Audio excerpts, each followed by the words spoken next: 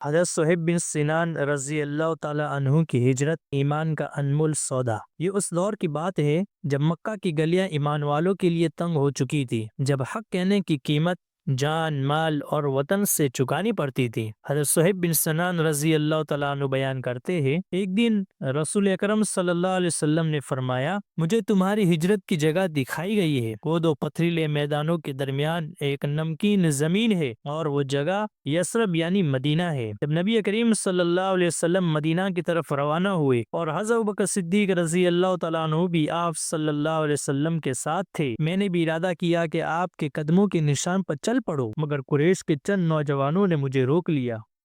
وہ رات میں کھڑا رہا، بیٹھا تک نہیں، تھکن کا نام اور مکہ خاموشی کی چادر اوڑھ گیا۔ میں آہستہ سے نکل پڑا، لیکن ابھی کچھ ہی دور گیا تھا، وہ لالچ میں آ گئے اور مان گئے۔ میں ان کے ساتھ واپس مکہ گیا اور کہا، میرے گھر کے دروازے کی دہلیز کے نیچے سونا دفن ہے، وہاں سے نکال لینا اور فلاں عورت کے پاس جا کر اس سے 2 جوڑے کپڑے لے لینا۔ میں نے سب کچھ مال، آسائش اور مکہ کی یادیں، اور پھر میں سیدھا کوبہ پہنچا جہاں رسول اللہ صلی اللہ علیہ وسلم ابھی تشریف فرما دے، اور مدینہ ابھی داخل سے نبی کریم صلی اللہ علیہ وسلم کی نظر مجھ پر پڑی۔ آپ صلی اللہ علیہ وسلم کے چہرے پر مسکراہٹ پھیل گئی اور فرمایا، اے ابو یحییٰ، تم نے تو بڑا نفع کا سودا کیا ہے، تم نے سونا اور کپڑے دے کر ہجرت کی عظیم نعمت حاصل کر لی۔ میں حیرت سے بول اٹھا، یا رسول اللہ، آپ کے پاس تو مجھ سے پہلے کوئی آیا بھی نہیں۔ یقیناً حضرت جبریل علیہ الصلوۃ والسلام نے آپ کو یہ سارا واقعہ بتا دیا ہوگا۔ یہ سن کر ایمان مزید مضبوط ہو گیا، دل مطمئن ہو گیا، کیونکہ جو سودا اللہ اور اس کے رسول سے ہو اس میں کبھی گھاٹا نہیں ہوتا۔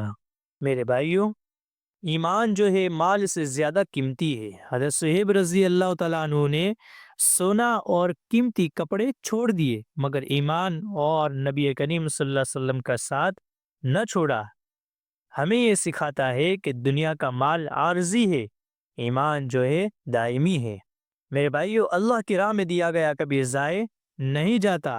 جو کچھ حضرت صہیب نے اللہ کے لیے چھوڑا، اس کا اعلان خود نبی کریم صلی اللہ علیہ وسلم نے فرمایا کہ تم نے نفع کا سودا کیا، یعنی اللہ کے راستے میں دی گئی قربانی ہمیشہ نفع دیتی ہے۔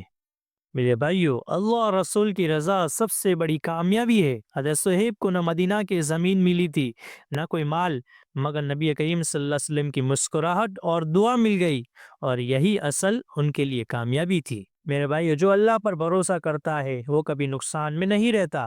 ظاہر میں حضرت صہیب خالی ہاتھ مدینہ پہنچے، مگر حقیقت میں وہ ایمان کی دولت سے مالا مال تھے۔ اس لیے میرے بھائیو، جو شخص اللہ کے لیے چھوڑ دیتا ہے، اللہ اسے اس سے کہیں بہتر عطا فرماتا ہے۔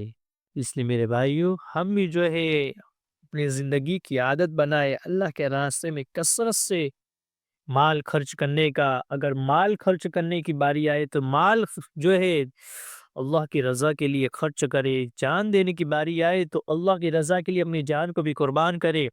یہ ظاہر میں تو ہمیں نقصان لگے گا، لیکن حقیقت میں جو ہے اللہ تبارک و تعالیٰ کے یہاں اس کا اجر جمع ہوتا ہے، اللہ جو ہے اس سے جو ہے بہتر عطا فرمائے گا۔ اللہ تبارک و تعالیٰ ہم سب کو اس پر عمل کرنے کی توفیق عطا فرمائے۔ وما علینا الا البلاغ۔